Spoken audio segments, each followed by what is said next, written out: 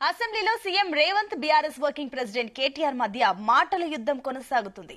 సవాళ్లు, ప్రతి సవాళ్లు, ఆరోపణలు, ప్రత్యారోపణలు, వ్యక్తిగత విమర్శలతో అట్టుడికింది. తాము కక్షపూరితంగా వ్యవహరిస్తే కేసీఆర్ కుటుంబం మొత్తం అసెంబ్లీలో కాదు జైల్లో ఉండేదని సీఎం అంటే, మీరు ఏం చేయాలనుకుంటున్నారో చేసుకోండి, ఏం ఫరక్ పడదు అంటూ కేటీఆర్ కూడా స్పందించారు. ఇక నేతల మాటల యుద్ధంపై ఇవాల్టి డిబేట్ లో డిస్కస్ చేద్దాం. ఇవాల్టి డిబేట్ లో మనతో పాటు పార్టిసిపేట్ చేస్తున్నారు గౌరీశంకర్ గారు, కాంగ్రెస్ అధికార ప్రతినిధి, అదేవిధంగా గౌరీ సతీష్ గారు. నెక్స్ట్ దేవి ప్రసాద్ గారు కూడా జాయిన్ అవుతున్నారు, బీఆర్ఎస్ ప్రతినిధి. నెక్స్ట్ ఇక నర్ర విజయ్ కుమార్ గారు, ఆయన రాజకీయ విశ్లేషకులు, మరి కాసేపట్లో జాయిన్ అవుతారు. అందరికీ వెరీ గుడ్ మార్నింగ్ అండి. ముందుగా గౌరీ సతీష్ గారు మీతో స్టార్ట్ చేద్దాం. ఇప్పుడు నిన్న చివరి రోజు అసెంబ్లీలో ఏ రకంగా అట్టుడికిందో మీరు కూడా చూసే ఉంటారు. అయితే రేవంత్ రెడ్డి కమెంట్స్ ని ఏ రకంగా చూడొచ్చు అంటే, నేను కక్ష సాధింపు కడితే కేసీఆర్ ఫ్యామిలీ మొత్తం ఈ రోజు అసెంబ్లీలో కాదు జైల్లో ఉండేదన్న కమెంట్స్ ని ఏ రకంగా చూడొచ్చు? అంటే కక్ష సాధించట్లేదా, ఇప్పుడు వాళ్ళేమో కక్ష సాధిస్తున్నారని అంటున్నారు, ఏమనుకోవచ్చు? ముందుగా మీకు జీటీవీ ప్రేక్షకులకు డిబేట్ లో పాల్గొంటున్నటువంటి దేవి ప్రసాద్ గారికి, నర విజయ్ కుమార్ గారికి అందరికీ గుడ్ మార్నింగ్ తెలియజేస్తూ, కక్ష సాధింపు అనేదే ప్రజాప్రభుత్వం లేదు అనే దానికి ప్రత్యక్ష ఉదాహరణని గతంలో జరిగినటువంటి విషయాలను గుర్తు చేయడం జరిగింది. ఏ విధంగానంటే, మనందరికి కూడా బాగా తెలుసు, అందరికంటే ఎక్కువ ఎవరనంటే మన పిల్లలు అని మనం అందరం కూడా భావిస్తాం. అలాంటి సందర్భాన్నే వారు అసెంబ్లీ హౌస్ లో గుర్తు చేయడం జరిగింది. ఏ విధంగానంటే, నా పాప నిశ్చితార్థం అని కూడా తెలిసి హైకోర్టు బెయిల్ ఇచ్చినప్పుడు, అంటే ఛాన్స్ ఇచ్చినప్పటికీ కూడా నిశ్చితార్థానికి అటెండ్ కావాలని చెప్పినప్పటికీ కూడా అక్కడ ప్రభుత్వం ప్రేరేపించినటువంటి వ్యక్తుల ద్వారా మీరు వెళ్ళడానికి అవకాశం లేదని చెప్పి డిస్టర్బ్ చేసినటువంటి పరిస్థితిని వారు గుర్తు చేసుకున్నటువంటి దాఖలాలు ప్రత్యక్షంగా చూడమని జరిగింది. అది కక్ష సాధింపా కాదా అనేది మనం ప్రత్యక్షంగా ఒక్కసారి ఆలోచించవలసినటువంటి అంశం. దాంతో పాటుగా ఎక్కడైతే గౌరవ మాజీ మంత్రి గారు కేటీఆర్ గారు మన రంగారెడ్డి జిల్లాలో ఉన్నటువంటి ఏదైతే వారి ఫామ్ హౌస్ ఉందో, నార్సింగ్ దగ్గరలో ఉన్నటువంటి ఫామ్ హౌస్ లో అక్కడ డ్రోన్ ఎగరవేస్తే ఒక పార్లమెంట్ సభ్యుడు, జాతీయ పార్టీ కాంగ్రెస్ పార్టీ యొక్క వర్కింగ్ ప్రెసిడెంట్ గా ఉన్నటువంటి అప్పుడు రేవంత్ రెడ్డి గారు డ్రోన్ ఎగరేస్తే అక్కడ ఏముంది, అక్కడ 111 లో కన్స్ట్రక్షన్ జరిగిందా లేదా అని తెలుసుకోవడానికి ప్రయత్నం చేయడానికి డ్రోన్ ఎగరవేస్తే అక్కడ ఎవరో ఒక విలేకరి కంప్లైంట్ ఇప్పించి నార్సింగ్ పోలీస్ స్టేషన్ లో ఎయిర్ క్రాఫ్ట్ థెఫ్ట్ జరిగింది అని చెప్పి కేసు బనాయించి వారిని ఓపెన్ ఎయిర్ జైల్లో, ఎక్కడైతే దేశద్రోహానికి పాల్పడ్డటువంటి వ్యక్తులను ఉంచే ప్రాంతంలో 16 రోజులు జైల్లో ఉంచినటువంటి ఘనత బీఆర్ఎస్ పార్టీ నాయకులది. కక్ష సాధింపు అంటే, నేను అలాంటి పరిస్థితిని అక్కడ కనీసం వాటర్ కూడా లేనటువంటి పరిస్థితి, వాష్రూమ్ అటాచ్ అయినటువంటి పరిస్థితిని నేను ప్రత్యక్షంగా చూశాను. అది మరిచి నేను గనక 1.5 year అవుతుంది కక్ష సాధింపు గనక నేను భావిస్తే, మీరు కనీసం, ఎందుకనంటే ఇన్ని స్కామ్లు వెళ్తా ఉన్నాయి, కాళేశ్వరం నుంచి మొదలుకొని, విద్యుత్ కొనుగోలు నుంచి మొదలుకొని, సీఎం రిలీఫ్ ఫండ్ నుంచి మొదలుకొని, గొర్రెల పెంపకం గొర్రెల స్కీమ్ మొదలుకొని, స్కామ్ లేనటువంటి పరిస్థితే లేనటువంటి స్కీమ్లు గతంలో వాళ్ళు ఇంప్లిమెంట్ చేసినటువంటి పథకాలన్నింటి కూడా వాటన్నింటినీ ఖచ్చితంగా ఎప్పుడో ఒకటి తెలంగాణ సమాజానికి, గతంలో తెలంగాణ రాష్ట్ర ప్రజాధనాన్ని ఏ విధంగా టీఆర్ఎస్ బీఆర్ఎస్ అధికారంలో ఉన్నప్పుడు ఏ విధంగా వృధా చేశారనేది చెప్పవలసినటువంటి బాధ్యత ఈ ప్రభుత్వం పైన ఉంది. కాబట్టి దానికోసం ప్రయత్నం చేస్తా ఉన్నారు, ఆ విధంగా విచారణ జరుగుతూ ఉంది. అది మేము అనుకుంటే కక్ష సాధింపు అంటే ఆ విధంగా ఉంటుంది, మీరు గతంలో చేసినట్టుగా అని చెప్పి ప్రత్యక్షంగా చెప్పడం జరిగింది. కేటీఆర్ కమెంట్స్ మరోలా ఉన్నాయి. అంటే మీ అప్పుడు రేవంత్ రెడ్డి ఇంట్లోనే ఆడవాళ్ళ, మా ఇంట్లో ఆడవాళ్ళు కాదా, ఆ ఇంట్లో భార్య పిల్లలు కూడా ఉన్నారు, ఇంటిపైన ఒక కెమెరా ఎగరేస్తే ఫోటోలు తీస్తుంటే ఇది ఎంతవరకు సమంజసం? ఒకవేళ మీ ఇంటిపైన సీఎం రేవంత్ రెడ్డి ఇంటిపైన ఎగరేస్తే అలాగే ఉంటుందా పరిస్థితి అన్నగా వచ్చింది. అదొకసారి మీరు గుర్తుపెట్టుకోవాలి. రేవంత్ రెడ్డి గారి బెడ్రూమ్ లోకి వెళ్లి సెర్చ్ చేసినటువంటి బీఆర్ఎస్ ప్రభుత్వము, మరి బెడ్రూమ్ వరకు వెళ్ళినటువంటి బీఆర్ఎస్ నాయకులకు గుర్తు చేసుకోవాల్సిన, డ్రోన్ ఎగరేస్తే డ్రోన్ ఎక్కడి నుంచి ఏం కెమెరా ఏం షూట్ చేస్తుంది అనేది యావత్ సమాజానికి, కామన్ మ్యాన్ కి అందరు కూడా తెలుసు కదా. డ్రోన్ ఎగరేసినప్పుడు మీరు ఏం చేశారో ఒక్కసారి ఆత్మపరిశీలన చేసుకోవాలి. మీరు చేస్తేనే ఒక తీరు, ఇంకోటి చేస్తే ఇంకోటి ఏంటనేది ఎంతవరకు సమస్య. కానీ ప్రజాప్రభుత్వం గౌరవ రేవంత్ రెడ్డి గారు ఆ విధంగా ఆలోచించట్లేదు. మీరు ఆ విధంగా, మేము గనక కాంగ్రెస్ పార్టీ రేవంత్ రెడ్డి గారు ఆ విధంగా ఆలోచన చేస్తే ఈ రేసులో గానీ మిగతా విషయాల్లో గానీ ఎప్పుడో ఒకసారి 100% ఖచ్చితంగా చేసిన తప్పును ఈ సమాజానికి చెప్పాల్సిన బాధ్యత మా మీద ఉంది. కానీ కక్ష సాధింపు చర్యలకు మేము పోదలుచుకోలేదు, పోవట్లేదు. పోతే ఆ విధంగా ఉండదు వ్యవహారం అనేది లైవ్ ఎగ్జాంపుల్ గా చెప్పడం జరిగింది. కక్ష సాధింపు అంటే డ్రోన్ ఎగరేస్తే ఒక ఎంపీని ఎయిర్ థెఫ్ట్ కేసు కింద బుక్ చేయొచ్చా, 16 రోజులు జైల్లో పెట్టొచ్చా, ఎక్కడో టెర్రరిస్టులు ఉన్నటువంటి ప్రాంతం లెక్క ట్రీట్ చేసి ఒక ఓపెన్ ఎయిర్ జైల్లో పెట్టొచ్చా? అది కక్ష సాధింపా కాదా? లేదా మీరు చేసినప్పటికి కూడా కాలర్ ఎగరేసి నన్ను ఏం అడగలేదని చెప్పి మీరు ఎంత అహంతో మాట్లాడుతున్నారో అది స్వేచ్ఛనా? అది కక్ష సాధింపా లేకపోతే జైల్లో పెట్టడం కక్ష సాధింపా? అది మర్చి మాట్లాడితే ఎంతవరకు సమంజసం అంటే ఒక సభ్యులు చెప్పారు, అబద్ధానికి అంగిలాగేస్తే ఏ విధంగా ఉంటుందో బీఆర్ఎస్ నాయకుల మాటలు ఆ విధంగా ఉంటాయని చెప్పారు. అంతకంటే మించి ఎక్కువ మాట్లాడితే ఏం మీనింగ్ అండి? అన్నం ఉడికిందా లేదా మొత్తం పట్టించుకోవాల్సిన అవసరం లేదు. వాళ్ళ వ్యవహార శైలి కూడా అదే ఉందనేది ప్రత్యక్షంగా ఎంతో మంది సభ్యులు చెప్తా ఉన్నారు కదా. వాళ్ళు ఎన్ని అబద్ధాన్ని అట్టగట్టినట్టు కళ్ళకు గట్టినట్టు చెప్పడంలో ఎక్స్పర్ట్స్ ఎవరయ్యా అంటే తెలంగాణ రాష్ట్రంలో ఖచ్చితంగా బీఆర్ఎస్. సరే, ఓకే, ఇప్పుడు అబద్ధాలు కదా మీరు అంటున్నది ఓకే, పాయింట్ పరిగణనలోకి తీసుకుందాం. కానీ ఇంకొకటి, ఇప్పుడు మీరే అన్నారు బీఆర్ఎస్ 10 ఏళ్ల హయాంలో పూర్తిగా అన్ని స్కాములే ఉన్నాయి, అన్ని స్కాములు జరిగాయి అని అంటూ కూడా అంటున్నారు. ఏంటి మరి ఇప్పుడు కాళేశ్వరంనేమో కూలేశ్వరం అన్నారు, ఈ కార్ రేస్ విషయంలో కూడా కొన్ని ఆరోపణలు అయితే వచ్చాయి. దాని గురించి ఎందుకు అరెస్ట్ చేయలేకపోతున్నారు? ఎందుకనంటే కాళేశ్వరంలో national dam security dam safety force వాళ్ళు ఎవరైతే ఉన్నారో వాళ్ళు రిపోర్ట్ ఇవ్వాల్సినటువంటి అవసరం ఉంది. వాళ్ళు డ్యామ్ సేఫ్టీ ఫోర్స్ వాళ్ళు రిపోర్ట్ ఇచ్చిన తర్వాత ఖచ్చితంగా ప్రభుత్వం ఏ చర్యలు తీసుకోవాలో ఆ చర్యలు తీసుకోవడానికి ప్రభుత్వం ప్రయత్నం చేస్తుంది. ఖచ్చితంగా ఎంక్వైరీ చేసిన తర్వాత వాళ్ళ లెక్క అడ్డగోలుగా కాకుండా ఎవరైతే దర్యాప్తు సంస్థలు ఉన్నాయో వాటి ద్వారా దర్యాప్తు చేసిన తర్వాత ఖచ్చితంగా వాటిని వెలికి తీయడానికి ప్రభుత్వం ప్రయత్నం చేస్తుంది. వారే చెప్పారు అసెంబ్లీ సాక్షిగా హరీష్ రావు గారు. అవును, ఒక పిల్లర్ కూలిపోయింది అని స్వయంగా చెప్పారు కదా, అది అద్భుతం, ప్రపంచంలోనే అద్భుతం అని చెప్పారు. ఒక పిల్లర్ కూలిపోవడం అంటే ఎట్లకంటే 2 కళ్ళు ఉన్నాయి, ఒక కళ్ళు పోయింది అంటే గుడ్డోడు అంటారా లేకపోతే మంచోడే అంటారా? అది మర్చి మాట్లాడితే ఎంతవరకు కరెక్ట్ అని. సో ఒక అన్ని లక్షల కోట్లు తెలంగాణ ప్రజాధనాన్ని వృధా చేసి ప్రాపర్ డిజైన్ లేకుండా ఇంజనీర్లు ఒక ప్రాంతంలో చూపిస్తే ఇంజనీర్లు అప్రూవల్ లేకుండా డిజైనే అప్రూవల్ లేకుండా కట్టినటువంటి కాళేశ్వరాన్ని మరొక పిల్లర్ కూలిపోయిందని మీరే చెప్పినారు. యావత్ సమాజం అంతా కూర్చుంది, ఒక జర్నలిస్టులుగా అందరు చూశారు, మీకు కూడా తెలిసే ఉంటుంది. అలాంటిది మర్చి మాట్లాడితే ఎంతవరకు కరెక్ట్? దాంతో పాటు ఈ కార్ రేసింగ్ లో ఈడీ ఇన్వాల్వ్ అయింది. ఈడీ ఇన్వాల్వ్ అయిన తర్వాత కేంద్ర దర్యాప్తు సంస్థ ఖచ్చితంగా దాని చర్యలు తీసుకోవాల్సిన అవసరం ఉంది. వారు చేసిన తర్వాత ఖచ్చితంగా రాష్ట్ర ప్రభుత్వం ఏ చర్యలు తీసుకోవాలో ఖచ్చితంగా దానిపై తీసుకోవడానికి అలాంటి అనుమానం అనేది ఉండదు. ఓకే అండి, ఎస్ మళ్ళీ మీ దగ్గరకు వస్తానండి. ఎస్ బీఆర్ఎస్ ప్రతినిధి దేవి ప్రసాద్ గారు జాయిన్ అయ్యారు. ఎస్ దేవి ప్రసాద్ గారు, గుడ్ మార్నింగ్ అండి.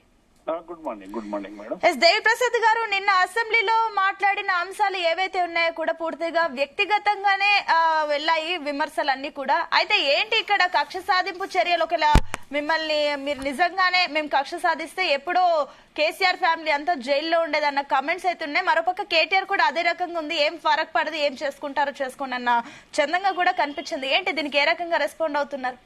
గుడ్ మార్నింగ్ అండి. అంటే నిన్న అప్పుల మీద మిగతా అంశాల మీద, ఎందుకంటే బడ్జెట్ ప్రవేశపెట్టిన తర్వాత చాలా ముఖ్యమైనటువంటి చర్చ దినం నిన్న అనేక అంశాలు ప్రస్తావనకు వచ్చినప్పుడు రేవంత్ రెడ్డి గారు సభను డైవర్ట్ చేయడానికి, అట్లాగే ఈ రాష్ట్రంలో ఉన్నటువంటి సమస్యలు, కాంగ్రెస్ పార్టీ ఇచ్చినటువంటి హామీలకు అవసరమైనటువంటి అలొకేషన్స్, వీటినన్నింటినీ పక్కకు పెట్టి తన సొంత ఒక నేరం చేసినప్పుడు ఎవరైనా నేరం నిర్ధారణ జరిగేటువంటి విషయం కోర్టులో తేలుతుంది. కానీ రెడ్ హ్యాండెడ్ గా పట్టుకున్నటువంటి విషయాన్ని, ఓటుకు నోటు ద్వారా ఆ రోజు జరిగినటువంటి అనేక విషయాల్ని ఆయన ప్రస్తావించి ఏదో నేను నా కూతురు పెళ్లికి నేను లేకపోయినా చాలా విషయాలు ఆయన సొంత విషయాలను అనేక ప్రస్తావించేటువంటి అంశం మొత్తంగా కూడా ప్రజలను డైవర్ట్ చేసేటువంటి క్రమంలో బాగా జరిగిందనేటువంటి విషయాన్ని మేము స్పష్టం చేస్తా ఉన్నాం. నిజంగానే నిన్న అప్పుల మీద చర్చ జరిగేది ఉంటే అసలు అప్పులు ఎన్ని ఉన్నాయి అనేటువంటి విషయం మీద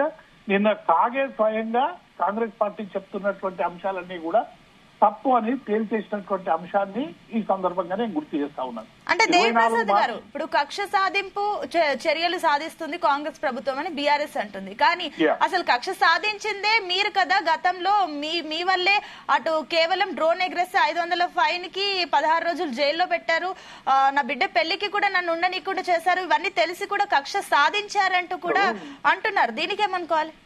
ఇదివరకు రేవంత్ రెడ్డి గారు ఇటువంటి మాటలు మాట్లాడే సుప్రీంకోర్టులో క్షమాపణలు చెప్పిండు ఓ కేసు విషయంలో. కాబట్టి ఇప్పుడు ఆయనకు 16 రోజులు రిమాండ్ విధించింది కేసీఆర్ కాదు, కేటీఆర్ కాదు, ప్రభుత్వం కాదు. జడ్జి ఒక న్యాయ వ్యవస్థలో ఒక కేసు జడ్జి ముందుకు వచ్చినప్పుడు రిమాండ్ విధించేటువంటి అవకాశం గానీ లేకుంటే జైలుకు పంపేటువంటి అవకాశం గానీ న్యాయమూర్తులకు ఉంటుంది తప్ప అధికారులకు ఉండదు. ఒక నిమిషం అండి, సబ్మిషన్ అండి దేవిప్రసాద్ గారు. సతీష్ గారు ఏదో చెప్పాలనుకుంటున్నారు. ప్రసాద్ బాగా తెలుసు, ఎప్పుడైనా అడ్వకేట్స్ గా అందరికి ఐడియా ఉంటది, వారికి కూడా బాగా తెలుసు. ఎఫ్ఐఆర్ ను బట్టి నమోదు చేసినటువంటి సెక్షన్ ను బట్టి మాత్రమే అడ్వకేట్ గారు నిర్ణయాన్ని ప్రకటిస్తారనేది మనం అందరం కూడా ఆలోచన చేయాలి.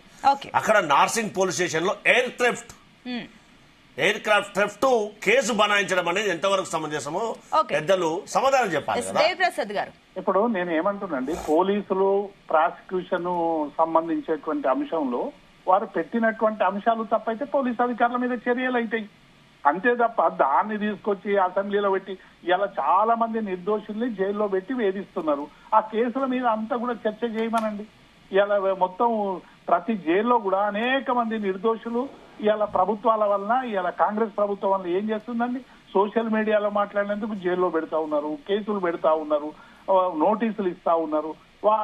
వాళ్ళ హ్యాండిల్ కు సంబంధించినటువంటి సోషల్ మీడియాలో మాట్లాడితే మాత్రం కేసులు ఉన్నాయి. నేను ఏమంటున్నా, డెఫినెట్ గా శాసనసభలో చర్చించాల్సినటువంటి అంశాలు ఇలా అనేక అంశాలు ఈ 15 నెలల కాలంగా ప్రజలు ఎదుర్కొంటున్నటువంటి అనేక అంశాల మీద చర్చ జరిగి ముందుకు పోతే శాసనసభకు ఒక గౌరవం ఉందా? ఈ ప్రతిపక్షాలు ఎప్పుడైనా ఏం చేస్తాయండి, డెఫినెట్ గా ప్రభుత్వంలో ఉన్నటువంటి లోపాలని ప్రజల దృష్టికి తీసుకొచ్చి తద్వారా ప్రభుత్వం నుంచి అవసరమైనటువంటి సహాయం పొందడానికి ప్రయత్నం చేసేటువంటి సందర్భంలో డిబేట్ చేస్తాయి, డిస్కషన్ చేస్తాయి, అవసరమైతే డీసెంట్ ను ప్రకటిస్తాయి. కానీ ఇవాళ ఏమైపోయిందంటే ట్రెజరీ బెంచ్ల నుంచే అసహనం, ఫ్రస్ట్రేషన్ అనేది చాలా స్పష్టంగా కనబడతా ఉంది. ప్రతిపక్షాలకు ఉండాలి, ఏమైనా ఆవేదన ఉంటే, ఆగ్రహం ఉంటే, ప్రజలకు మీరు ఇస్తానటువంటి హామీలు చేయలేదని చెప్పి, రుణమాఫీ పూర్తిగా లేదు, సంపూర్ణంగా లేదు, రైతు భరోసా కాలేదు, ఇస్తాన్న షాదీ ముబారక్, కళ్యాణ లక్ష్మిలో తులం బంగారం లేదు, ఇట్లా మీరు రైతు బంధుకు సంబంధించి ఇలా 3 ఎకరాలకు వేసిర్రు, మిగతా వాటికి వెయ్యలేదు. ఇట్లా అనేక అంశాలు కూడా ఇలా బీఆర్ఎస్ పార్టీగా మేము శాసనసభలో స్పష్టంగా ప్రభుత్వ దృష్టికి తీసుకొచ్చేటువంటి ప్రయత్నం చేస్తున్నాం. కానీ ఈ ప్రయత్నాన్ని గొంతు నొక్కేటువంటి పనిలో భాగంగా అసలైనటువంటి విషయాలు ప్రస్తావించకుండా చెప్పిన అబద్ధాలే పదే చెప్పడం వల్ల ఇలా ప్రజల్ని ఈ శాసనసభ ద్వారా తప్పుదో పట్టించినట్టు అవుతుంది తప్ప మేలు జరిగేటువంటి అంశం కాదు. నిజంగానే కాంగ్రెస్ పార్టీకి చిత్తశుద్ధి ఉంటే ఉన్నటువంటి హామీలను అమలు చేయండి. నిజంగానే తప్పుడు కేసులు మా ప్రభుత్వంలో పెట్టినా ఇప్పుడు పెట్టినా డెఫినెట్ గా న్యాయస్థానాలు తేలుతాయి. అంటే ఇప్పుడు దేవిప్రసాద్ గారు ఇంకొకటి, కేటీఆర్ గారు కూడా కొన్ని కమెంట్స్ కీలకంగా కనిపిస్తున్నాయి. అసలు నా మీద లేనిపోని రంకుతనంగా అంటగట్టారు, నా కుటుంబాన్ని నిందించారు, ఇలాంటి మాటలు కూడా మాట్లాడారు. ఏంటి, ఏమనుకోవచ్చు? అసెంబ్లీలో ఇలాంటి మాటలు సమంజసమా?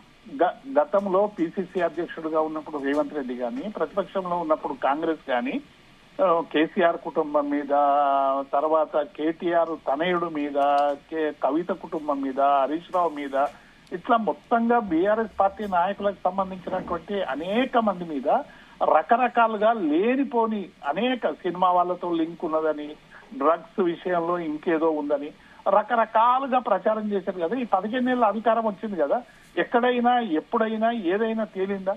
అంటే కేవలం బురద జల్లి కడుక్కోమని చెప్పడం తప్ప ఆ బురద ఎందుకు చల్లుతున్నాం అనేటువంటి సోయి లేకుండా ప్రభుత్వం వ్యవహరిస్తున్నదని చాలా స్పష్టం అవుతా ఉంది. కాబట్టి కేసులున్నా, ఎవరైనా దోషులైనా, మీరు మీ చేతుల్లో అధికారం ఉంది, మీ చేతిలో ఇంటెలిజెన్స్ వ్యవస్థ ఉంది, మీ చేతిలో పోలీస్ వ్యవస్థ ఉంది, మీ చేతిలో అనేక వ్యవస్థలు. ఇవాళ రేవంత్ రెడ్డి ఏం చేస్తున్నాడంటే ఆ వ్యవస్థల ద్వారా ఇవాళ తేలేటువంటి అవకాశం కనబడతలేదు, ఎక్కడా ఏ ఆధారాలు లేవు. కాబట్టి అదేదో కక్ష సాధింపు చర్యగా నేను అనుకుంటే జైల్లో పెట్టేవాడిని అంటే ఇక దాని అర్థం ఏందండి, మొత్తం న్యాయ వ్యవస్థల్ని, స్వతంత్ర వ్యవస్థల్ని చేతిలోకి తీసుకొని చేయడమే కదా, అంతకంటే ఇంకేం. ఇప్పుడు ఒకటండి ప్రసాద్ గారు, ఇప్పుడు అసెంబ్లీలో నా గురించి మాట్లాడారు, లేనిపోనివన్నీ అంటగట్టారు, నా కుటుంబాన్ని నిందించారంటూ కూడా కేటీఆర్ మాట్లాడారు. కానీ గతంలో కేటీఆర్ కూడా మీడియా పాయింట్ వేదికగా కూడా సీఎం రేవంత్ ని అదే స్థాయిలో విరుచుకుపడ్డారు కదా. మైబూజ్ అపార్ట్మెంట్స్ కి ఎందుకు వెళ్తారు తెలుసు, మార్నింగ్ వాక్ ఎక్కడికి వెళ్తారు, కార్లు వేసుకొని తెలుసు అని సీఎం పైనే కమెంట్స్ చేశారు కదా. మరి దీన్ని ఏ రకంగా చూడాలి? సీఎం గారు అనేట ఆయన ప్రజాసేవకుడు అండి. ఇవాళ చెప్పినటువంటి హామీలను అమలు చేయకపోతే డెఫినెట్ గా నిలదీసేటువంటి హక్కు ప్రతిపక్షానికి ఉంటుంది. మేము ఎక్కడ కూడా సీఎం గారిని లాగులలో తొండలు ఇడుస్తామనో, పేగులు మెడలేసుకొని తిరుగుతామనో, లేకుంటే నల్లమల నుంచి నడిచి వచ్చి నలిపేస్తామనో మేము ఇటువంటి మాటలు ఎప్పుడు కూడా మాట్లాడలేదండి. మేము చెప్పిందల్లా కూడా ప్రజాక్షేత్రంలో శిక్ష పడుతుందని చెప్పినాం, ప్రజలు తేల్చుకుంటారని చెప్పినాం. లేకుంటే అవసరమైతే మీరు ఈ హామీలు ఇచ్చారు, ఈ హామీలు అమలు చేయలేదు అనేటువంటి విషయాలు చెప్పినాం. డెఫినెట్ గా పొలిటికల్ గా రాజకీయ సభలలో గానీ రాజకీయాలలో గానీ డెఫినెట్ గా అటు ఇటు మాటలు దొరుకుతుంటాయి. కానీ శాసనసభ వేదికగా మీరు మాట్లాడినటువంటి మాటల్ని ఒక్కసారి చేయండి. ఒకసారి నీ అన్నందుకే పెద్ద ఇష్యూ చేసి జగదీశ్వర్ రెడ్డి గారిని సస్పెన్షన్ దాకా తీసుకుపోయింది. అంటే కానీ ప్రసాద్ గారు మీరు అంటే నేను అడిగిన ప్రశ్నకు మాత్రం నాకు సమాధానం రాలేదు. ఇప్పుడు కేటీఆర్ పైన లేనిపోని రంకుతనాలు అంటగడుతున్నారని చెప్పేసి అన్నప్పుడు మరి గతంలో అదే కేటీఆర్ గా సీఎం రేవంత్ రెడ్డి పైన విరుచుకుపడ్డారు కదా. మైబూజా హోమ్స్ కి వెళ్ళడము, మార్నింగ్ వాక్ అని చెప్పి కార్ వేసుకొని ఎక్కడికి వెళ్తారు, ఇవన్నీ నాకు కూడా తెలుసు అని చెప్పేసి కేటీఆర్ అన్నారు. దాని ఏ రకంగా చూడాలి? నేనేమంటండి, ఒక స్పందన వచ్చినప్పుడు ప్రతిస్పందన వస్తుందండి. కానీ ఇక్కడ ఏంటంటే శాసనసభ, ఇది శాసనసభ. నువ్వు బయట ఏం మాట్లాడితే దానికి సంబంధించినటువంటి చర్చలు అవన్నీ కూడా బయట జరుగుతాయి. చాలా మంది చాలా రకాలుగా ఎన్ని మాట్లాడుతారో మనం అందరం కూడా చూస్తున్నాం. ఒక కులాన్ని కించపరుస్తూ మాట్లాడినటువంటి కాంగ్రెస్ నాయకుడు క్షమాపణ చెప్పే స్థాయికి పోయింది మనం చూస్తున్నాం. ఒక్కొక్కసారి తప్పులు దొరికినప్పుడు డెఫినెట్ గా వాటిని వెనక్కి తీసుకునేటువంటి ప్రయత్నం చేస్తే రాజకీయ ఉందాతనం పెరుగుతుందండి.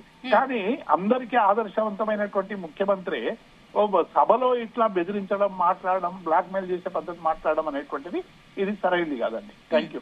ఓకే అండి. ఎస్ సతీష్ గారు, సో దీనికి మీరేమంటారు?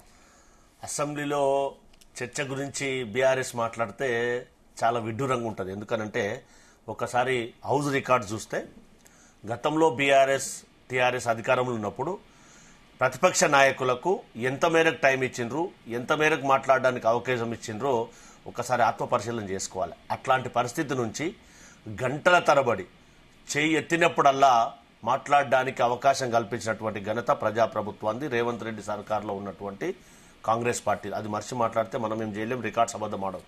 దాంతోపాటు ఇందాక దేవిప్రసాద్ గారు అన్నట్టుగా అసెంబ్లీ హాల్లోనే ఎంత నీచాతినీతంగా మాట్లాడినటువంటి గౌరవ కేటీఆర్ గారు మాట్లాడితే మనం సమర్థించుకుంటామంటే ఈ యావత్ సమాజం అంతా కూడా ఒక్కసారి ఆలోచన చేస్తుంది. అంతకంటే మించి మనం మాట్లాడదు. దాంతోపాటుగా ఒక్కసారి ఆలోచన చేయాలి. ఒక రాజకీయ పార్టీగా తిట్ల పురాణాన్ని నీచంగా మాట్లాడడం ప్రారంభించింది ఎవరో అనేది ఇందాక అన్న ఒక మంచి మాట చెప్పిండు. స్పందనను బట్టి ప్రతిస్పందన వస్తుంది అని చెప్పి కేసీఆర్ గారా కాదా? బండి సంజయ్ గారు ఏ పార్టీ అయినప్పటికీ కూడా ఒక మాట మాట్లాడిండు. నాకు తిట్లలలో నాకు కేసీఆర్ గారే ఆదర్శము అని చెప్పారు. కావాలంటే రికార్డు తీసుకోండి ఎవరినన్నా అడిగి. అట్లాంటి ఆయన ముఖ్యమంత్రిగా ఉన్నప్పుడు ఇప్పుడు అధికారం పోగానే మాట్లాడితే ఎంతవరకు కరెక్ట్ అండి? వారు మాట్లాడిన మాటలకు ఇప్పుడు మనకు యావత్ తెలంగాణ సమాజానికి అన్ని రాజకీయ పార్టీలకు క్షమాపణ కోరతారా? ఒక సీనియర్ సభ్యుడని చూడకుండా లేదా ఇంకోరని చూడకుండా కూడా ఎంత హీనాతీనంగా, ఈవెందో ఒక రిపోర్టర్లను చూడకుండా కూడా ఈడొకడు ఆడొకడు మోపైండు, వెదవలు, సన్యాసులు, దద్దమ్మలు ఎందుకు వచ్చిండ్రు, హీనాతీనమైన మాటలు ఏవైతే మన నోటి గురించి మాట్లాడుతుంటే మరి ఇప్పుడు సీఎంఏగా మాట్లాడుతున్నారు. గతంలో సీఎంగా ఉన్నటువంటి సీనియర్ సభ్యులు, నేను 70 లక్షల పుస్తకాలు చదివినటువంటి, తెలుగులో ఫిజిక్స్ ఉండదని చెప్పినటువంటి గౌరవ కేసీఆర్ గారు చెప్పినటువంటి మాటలు ఒకసారి గుర్తు చేసుకోవాలి. దాంతోపాటు వారి తర్వాత నేను కావాలని పరితపిస్తున్నటువంటి కేటీఆర్ గారు మాట్లాడినటువంటి మాటలు కూడా ఒక్కసారి ఆత్మపరిశీలన చేసుకోవాలి కదండి. ఇందాక వారు మాట్లాడుతూ కేటీఆర్ గారు మాట్లాడినటువంటి మాటలను తప్పే అని సంబోధించాలి కదా. అంటే అక్కడ జరిగినటువంటి సంబోధన నిన్న హాల్లో జరిగినటువంటి పద్దుల మీద మాట్లాడుతూ వచ్చినటువంటి ప్రస్తావన కక్ష సాధింపు చర్యలకు మీరు పాల్పడుతుండ్రు అన్నారు. ఇందాక ఒక మాట మాట్లాడారు దేవిప్రసాద్ గారు. ప్రభుత్వ యంత్రాంగం అంతా ప్రభుత్వం చేతిలో ఉంటుంది, మీరు ఏమనంటే చేసుకోవచ్చు అన్నారు. మేము అట్లా దుర్వినియోగం చేయట్లేదు, చెయ్యం. మీరు చేశారు కాబట్టి పోలీసులు కానీ మిగతా వ్యవస్థలు కానీ మీరు ప్రేరేపిస్తే వాళ్ళు ప్రేరేపణకు గురయ్యారు కాబట్టి ఆ సెక్షన్లన్నీ పెట్టి అసందర్భంగా నిరాధారంగా వారిని ఆ సెక్షన్లు పెట్టి జైల్లోకి వేయడం జరిగింది. అంటే ఇప్పుడు కక్ష సాధించుకున్నట్టు చేయడానికి మీరు ప్రయత్నం చేసిరా లేదా? మీకు ఎవరైతే ప్రభుత్వం మీద వ్యతిరేకంగా మాట్లాడతారో వారు కక్షపూరితంగా మీరు చేసి జైల్లో పెట్టింది వాస్తవమా కాదా? ఎక్కడన్నా ఎక్కడైనా ఈ దేశంలో డ్రోన్ ఎగరేస్తే ఎయిర్ కేసు పెడతారా? పెట్టి 16 రోజులకు ఎంపీని జైల్లో పెట్టొచ్చా? ఎఫ్ఐఆర్ బేస్ చేసుకొని జైల్లో జడ్జి గారు జడ్జిమెంట్ ఇయ్యరా? అంటే జడ్జి గారి గురించి సంబోధించడం అనేది కరెక్టేనా? అంటే ఇవన్నీ కూడా వాస్తవాలు కదా. వాళ్ళు కదా వాస్తవాన్ని పోలీస్ వ్యవస్థను దుర్వినియోగం చేసింది. ఇప్పుడు చెప్తున్నారు చాలా మందిని జైల్లో పెట్టారండి. ఎస్, గతంలో ఎమ్మెల్యేలను కూడా అసెంబ్లీకి రాకుండా ఎవరైతే యూట్యూబ్లలో నెగిటివ్ గా మాట్లాడితే వాళ్ళందరినీ కిడ్నాప్ చేయించి పోలీసులతోటి తొలి వెలుగులో ఉన్నటువంటి రఘును కిడ్నాప్ చేస్తే అన్ని ప్రజా సంఘాలు జర్నలిస్ట్ అందరూ కూడా ధర్నా చేసిన దాఖలాలు గుర్తులేదా? దేవిప్రసాద్ మర్చిపోయినట్టు పాపం గుర్తు చేయాల్సిన పరిస్థితి ఏర్పడింది. సో గతంలో ఏం జరిగిందో కనీసం మాట్లాడడానికి కూడా అవకాశం లేనటువంటి పరిస్థితి. ఎవరైనా ఇప్పుడు మాటల విషయానికి వస్తే ఇప్పుడు సరే మీరు అన్నట్లు ఎన్నో లక్షల పుస్తకాలు చదివి ఉండొచ్చు, కేసీఆర్ ఎట్లా మాట్లాడినా కూడా ప్రజలు ఇప్పుడు ఏ రకంగా అంటారంటే సరే వాళ్ళ బుద్ధి గడ్డి తిన్నది, మరి మీరెందుకు మాట్లాడుతున్నారు? బొక్కలు పేగులు మెడలు వేసుకుంటా, బొక్కలు జీరుతా, ఈ రకరకాల ఇవి సీఎం స్థాయి వ్యక్తి మాట్లాడే మాటలు. ఎందుకు అంటే వారు మాట్లాడిన తీరు చాలా హీనంగా ఉంటుంది. అది మంచి పద్ధతి కాదు. పర్సనలైజ్ గా టార్గెట్ చేసుకోవడం. ఆయన మీరు ఒకసారి చూడండి, కేటీఆర్ గారు మాట్లాడితే ఇంత ఆయన వచ్చి మాట్లాడతాడు అంటాడు. నీ హైట్ గానీ నీ పర్సనాలిటీ గానీ కావాలా, నీ జ్ఞానం కావాలా? అది ఆలోచించకుండా ఆ విధంగా ఒక సీఎం పట్టుకుని అట్లా మాట్లాడొచ్చా అండి? అంటే ఓకే వాళ్ళు మాట్లాడారు, ప్రజల నుంచి విమర్శలు వస్తున్నాయి, కానీ మరి మాట్లాడుతున్నారు కదా. అంటే మా సీఎం గారు నిన్న ఏం చెప్పారు? నేను హౌస్ లో ఇట్లా మీరు చేశారు అయినా మేము చేయట్లేదు అని చెప్పారు. మేము దలుచుకుంటే మీ ఫ్యామిలీ అంతా జైల్లో ఉంటది అని చెప్పారు. ఎందుకు? మీరు చేసినటువంటి కార్యకలాపాలు ఆ విధంగా ఉన్నాయి కాబట్టి. మీరు చిన్న ఎగ్జాంపుల్, ఈ రేసింగ్ కేసు ఉందండి. ఈ రేసింగ్ లో 300 పైచిలు కోట్లు కేబినెట్ అప్రూవల్ లేకుండా మీరు నిధులు మళ్లించారా లేదా? కేబినెట్ అప్రూవల్ లేకుండా ఒక సీనియర్ మంత్రిగా మీరు కేబినెట్ అప్రూవల్ తీసుకోవాలని తెలియదా? ఇది కామన్ మ్యాన్ కూడా చెప్పాల్సినటువంటి అవసరం ఆ పరిస్థితి వస్తుందా? అలాంటి కార్యక్రమాలు చేసింది ఎవరు? మీరే కదా. దాన్ని ఎంక్వైరీ చేసి తెలంగాణ ప్రజాధనాన్ని నువ్వు విదేశాలకు పంపినటువంటి ఆధారం దానికి కదా 10 కోట్ల రూపాయలు తెలంగాణ ప్రజాధనం ఆర్బీఐ గట్టింది కదా. అది మనందరిది కదా, తెలంగాణ యావత్ సమాజానికి కదా. ఇవన్నీ కదా మీరు వృధా చేసింది. ఇది ఒక్కటి కదా, ఒక మచ్చ తునక ఇది. ఇలాంటివి కదా మీరు చేసినాయి. ఇది కరెక్ట్ కాదు కదా అంటున్నాం తప్ప. అవన్నీ చేయడం వల్లనే కదా తెలంగాణ రాష్ట్రంలో ఆర్థిక పరిస్థితి బాగలేనటువంటి. ఒకటి రుణమాఫీ మీరేమో 100% మేము అమలు చేసినామని మీరు అంటున్నారు. ఒకవేళ నిజంగా 100% అయితే రాజకీయ సన్యాసం తీసుకుంటా అని అల్టిమేటం ఇచ్చారు కేటీఆర్. ఏమంటారు? రుణమాఫీ గురించి అంటే ఒకవేళ మీరు అన్న మాటలు నిజమైతే మీకు మంచి ఆపర్చునిటీ వచ్చింది అనుకోవచ్చు. రుణమాఫీ గురించి గానీ స్వేచ్ఛ గురించి గానీ బీఆర్ఎస్ మాట్లాడితే, ఇందాక ఒక మాట చెప్పాను నేను, ఒక సభ్యుడు చెప్పాడు నేను హౌస్ లో, I was there in house, అబద్ధానికి అంగిలాగేస్తే ఎట్లుంటుందో బీఆర్ఎస్ నాయకులు అని చెప్పారు. ఈ అంతకంటే మించి నేనేం మాట్లాడలేను. 1 లక్ష రూపాయలు చేయడానికి 9.5 సంవత్సరాలు గడిపిండ్రు. అలాంటిది మేము 2 లక్షల రూపాయలు రుణమాఫీ, 20 లక్షల పైచిలకు 27 లక్షల పైచిలకు రైతులకు 21 లక్షల కోట్ల రూపాయలు రుణమాఫీ చేసిన ఘనత కాంగ్రెస్ పార్టీదండి. దాంతో పాటుగా సన్నాలకు 500 రూపాయలు బోనస్ వేసినటువంటి ఘనత, వేస్తున్నటువంటి ఘనత కాంగ్రెస్ పార్టీదండి.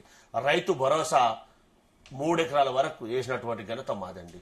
ఎస్, ఆర్థిక పరిస్థితిని చిన్నగా చక్కదిద్దుకొని వీరు చేసినటువంటి తప్పిదాలను దాన్ని సెటరేట్ చేసుకొని ఎస్ రాష్ట్రాన్ని మళ్ళా సంపద సృష్టించాలి, సంపద పెంచాలి, సంక్షేమ పథకాలకు పంచాలి, దీంతో పాటు డెవలప్మెంట్ కూడా చెయ్యాలి అనేది మా ఆలోచన. కాబట్టి కానీ ఇప్పుడు ప్రజలు మీరు ఇప్పుడు ఏవైతే మీరు ఫార్మాలిటీస్ తో వెళ్తున్నారో, అభివృద్ధిని సృష్టించి సంపద సృష్టించి ఈ రకంగా ముందుకెళ్ళాలి, ప్రజలకు మీరు ఇచ్చిన హామీలన్నీ నెరవేర్చాలి, ఇవన్నీ అంశాలు మీరు ఈ రకంగా వెళ్తున్నారు. కానీ ప్రజలు ఈ రకంగా అడగట్లేదు. మీరు ఎన్నికల్లో గెలిచిన వెంటనే అందరికీ 100% అమలైపోతే అందరికీ అకౌంట్లలో పడిపోతాయి డబ్బులు అన్నట్టుగా మాట్లాడారు. మీరు కావాలంటే రుణాలు తీసుకోండి కూడా ఇంకా ఈ రకంగా ఎంకరేజ్ చేస్తారు. అందుకే ఏం చెప్తున్నామంటే ఉన్నటువంటి ఆర్థిక పరిస్థితిని చక్కదిద్దుకొని ఖచ్చితంగా మేము ఇచ్చినటువంటి హామీలు 1 by 1.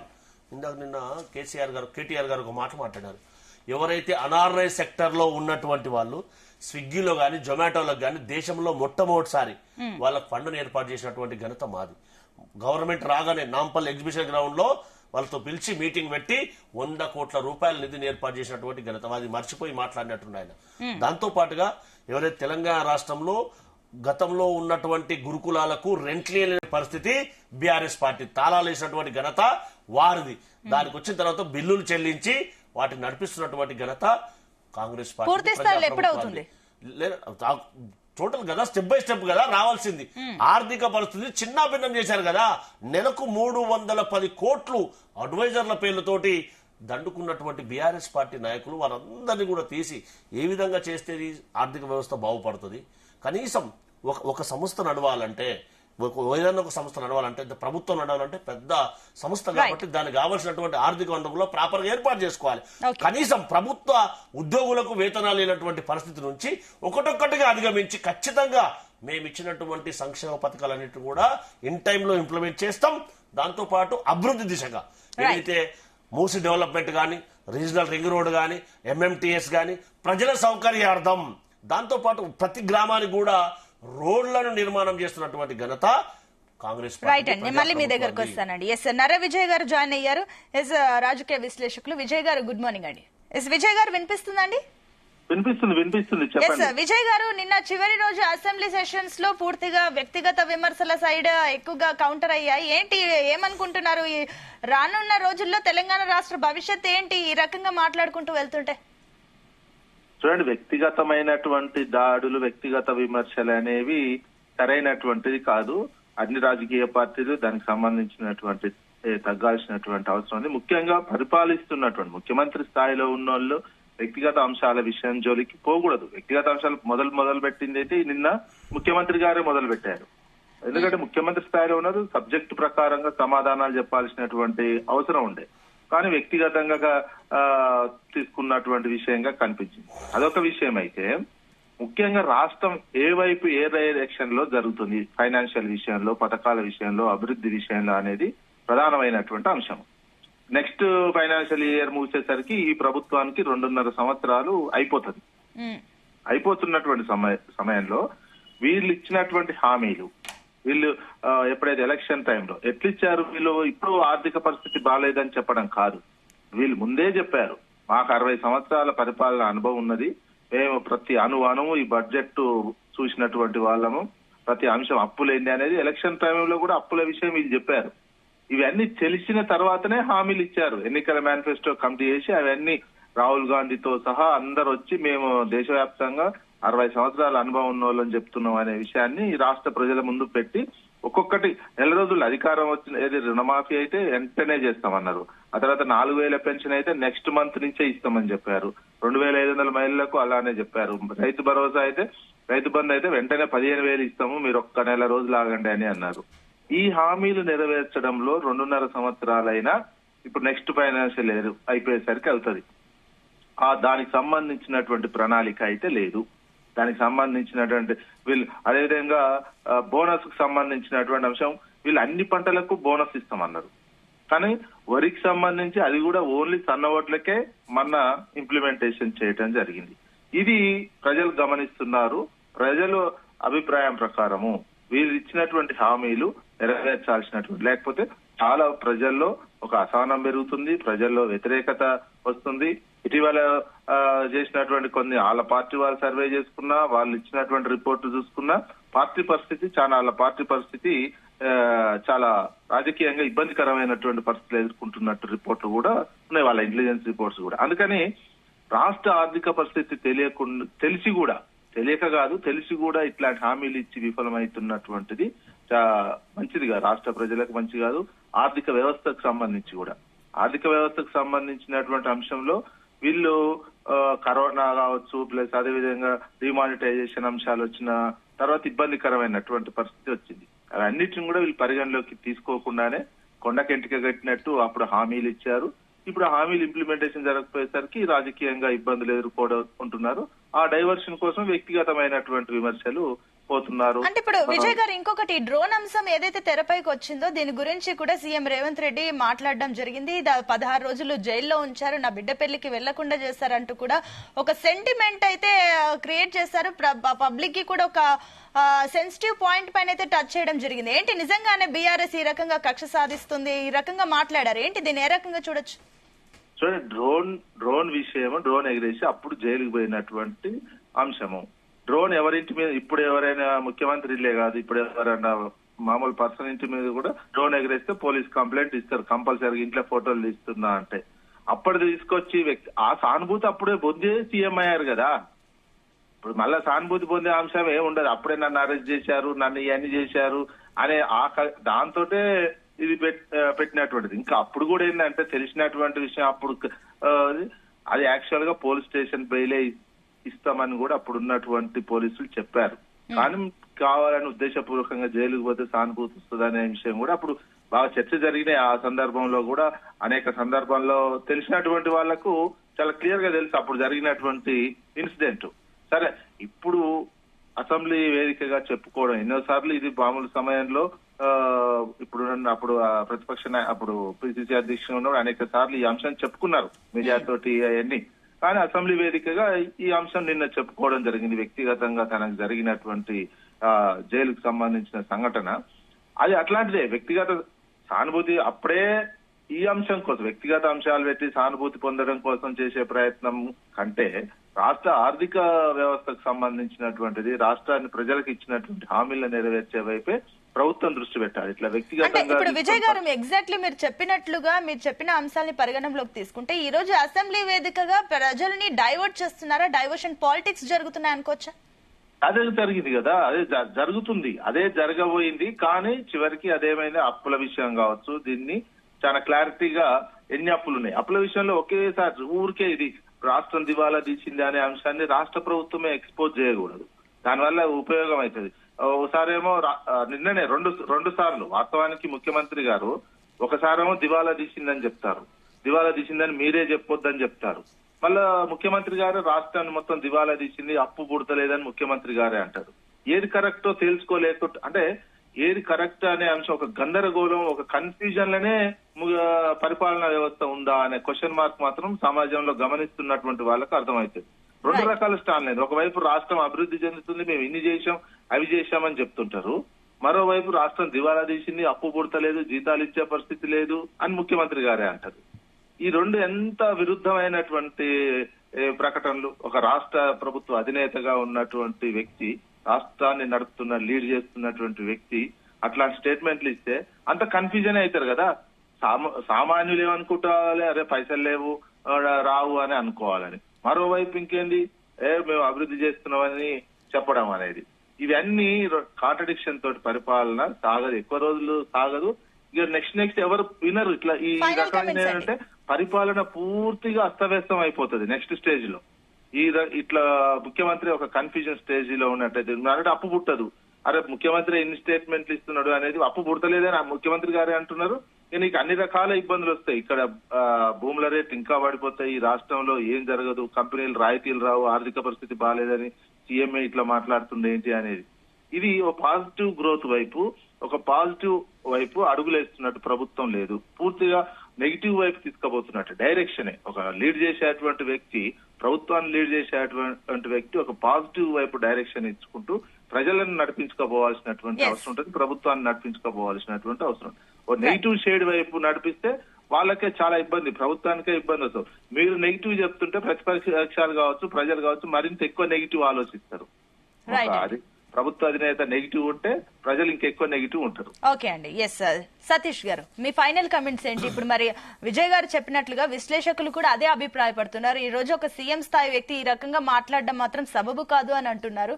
ఏంటి ఏమనుకోవచ్చు? దాంతో పాటు విజయ్ అన్న ఒక మాట చెప్పిండు, వాంటెడ్లీ అక్కడ స్టేషన్ బిల్ ఇస్తామంటే ఆయన వెళ్ళి జైల్లో కూర్చొని సింపతి తెచ్చుకోవడానికి ప్రయత్నం చేసిండు అని అంటే, ఎవరన్నా వెళ్ళి ఏ మనిషి అయినా కానీ ఒక హ్యూమన్ బీయింగ్ 16 రోజులు నేను వెళ్ళి ఒక టెర్రరిస్ట్ ఉండే ఓపెన్ ఎయిర్ జైల్లో ఉంటారని చెప్పి కోరుకుంటారా అండి? అదొక్కసారి ఆలోచన చేయాలి. దాంతోపాటుగా గౌరవ సీఎం గారు గతంలో టీఆర్ఎస్ బీఆర్ఎస్ పరిపాలించిన తర్వాత రాజకీయ పరిస్థితి ఏ విధంగా ఏర్పడింది, అందులో వాళ్ళు చేసినటువంటి ఏవైతే దుబారా ఖర్చుల ద్వారా రాష్ట్ర ఆర్థిక పరిస్థితి ఏ విధంగా ఏర్పడింది, దాని ద్వారా రాష్ట్రంలో సంక్షేమ పథకాలకు కానీ మిగతా వాటికి కానీ ఏ విధంగా ఆర్థిక పరిస్థితి ఉంది అని చెప్పడానికి శాయశక్తుల ప్రయత్నం చేశారు తప్పితే ఇంకోటి కాదు అనేది ఆలోచన చేయాలి. రాష్ట్రానికి వచ్చినటువంటి ఇబ్బంది ఏమీ లేదు. దాంతోపాటుగా రాష్ట్రంలో ఉన్నటువంటి ఆర్థిక వనరులు పెంచుకోవడానికి, సంపద పెంచుకోవడానికి కాంగ్రెస్ పార్టీలో ఖచ్చితంగా కాంగ్రెస్ పార్టీకి ప్రజాప్రభుత్వానికి ఒక ప్రణాళిక ఉంది. దాంతోపాటు బీఆర్ఎస్ పార్టీ కానీ బీఆర్ఎస్ అనుకూలంగా ఉన్నటువంటి వాళ్ళు కానీ వాళ్ళు అనుకున్నట్టుగా వాళ్ళు గగ్గోలు పెడుతున్నట్టుగా ప్రజలు ఎక్కడ కూడా కన్ఫ్యూజ్ అయ్యే అవకాశమే లేదు. ఎందుకోనంటే గతంలో వాళ్ళు చేసినటువంటి పరిస్థితిని ప్రజలకు చెప్పవలసినటువంటి బాధ్యత ప్రభుత్వం పైన ఉంది కాబట్టి ఆ దిశగానే ప్రయత్నం చేయడం అనేది జరిగింది గౌరవ ముఖ్యమంత్రి గారు. దాంట్లో భాగంగానే ఇటు మేము ఇచ్చినటువంటి హామీలన్నింటినీ మేము ఇచ్చిన హామీలు ఖచ్చితంగా ఒకటొక్కటిగా మాకున్నటువంటి పరిధిలో దాన్ని అధిగమిస్తూ ఒకటొక్కటిగా అన్ని ఇంప్లిమెంట్ చేస్తూ పోతున్నాం. దేశంలో మీరు చూసినట్టయితే ఏ రాజకీయ పార్టీ చేయనటువంటి డేరింగ్ స్టెప్ తీసుకున్నటువంటి గౌరవ ముఖ్యమంత్రి గారు దేశంలో ఏ రాష్ట్రం చేయలే. కులగణన కోసం, సామాజిక మార్పు కోసం అసెంబ్లీని ప్రవేశపెట్టి బీసీలకు 42% రిజర్వేషన్లు కల్పించారు. ఇదే చెప్తున్నటువంటి ఎస్సీలకు 9% రిజర్వేషన్లు కల్పించారు. అదే రకంగా వారికి కూడా బడ్జెట్ అలొకేషన్లో కూడా మాక్సిమం ప్రతిపాదిస్తూ బడ్జెట్ కూడా అలొకేషన్ చేయడం జరిగింది. ఖచ్చితంగా సంపద పెంచుతాం, సంక్షేమ పథకాలకు కూడా అందరికీ పెంపొందిస్తాం, డెవలప్మెంట్ కూడా ప్యారలల్ గా కొనసాగించడానికి ప్రజాప్రభుత్వం ప్రయత్నం చేస్తుంది. అందులో ఎలాంటి అనుమానం లేదు. ఆర్థిక పరిస్థితి గత ప్రభుత్వం చేత ఏ విధంగా డిస్మెంటల్ అయింది, దాని నిర్మాణం ఏ విధంగా చేయాలనేది చెప్పడానికి గౌరవ ముఖ్యమంత్రి గారు ప్రయత్నం చేసింది. కానీ ఇంకో విధంగా కాదు అనేది మనం అందరం కూడా ఆలోచన చేయాలి. ఏదైతే బీఆర్ఎస్ పార్టీ చేస్తా ఉందో అది గ్లోబల్ ప్రచారం, అది తప్పు. అది అప్పటికైనా యావత్ తెలంగాణ సమాజం అంతా కూడా గ్రహించి గతంలో వారు చేసినటువంటిది తప్పు అనేది చెప్పడానికి గౌరవ ముఖ్యమంత్రి గారు ప్రయత్నం చేశారనేదే కాంగ్రెస్ పార్టీ ప్రజాప్రభుత్వం యొక్క ఉద్దేశం. రైట్ అండి, థ్యాంక్ యూ అండి. డిబేట్ లో పార్టిసిపేట్ చేసినందుకు సతీష్ గారు, అదేవిధంగా ప్రసాద్ గారు అండ్ విజయ్ కుమార్ గారు, థ్యాంక్ యూ అండి.